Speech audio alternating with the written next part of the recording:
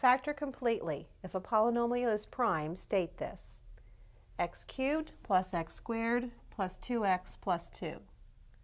We first of all check to see if there are any common factors, and there are not. And then we notice that there are 4 terms in this polynomial. When we have 4 terms, we try factoring by grouping. We group the first 2 terms, the second 2 terms, and see if there are common factors for just those 2 terms in each grouping.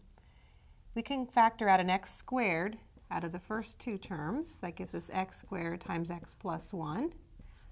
Then we write the plus sign, and we can factor a 2 out of the second pair of terms. It gives us 2 times x plus 1. And those are equal. When we have this where we have a binomial that is a factor here and a factor here, and notice it's the same binomial, we can now factor that binomial out and treat it as a common factor.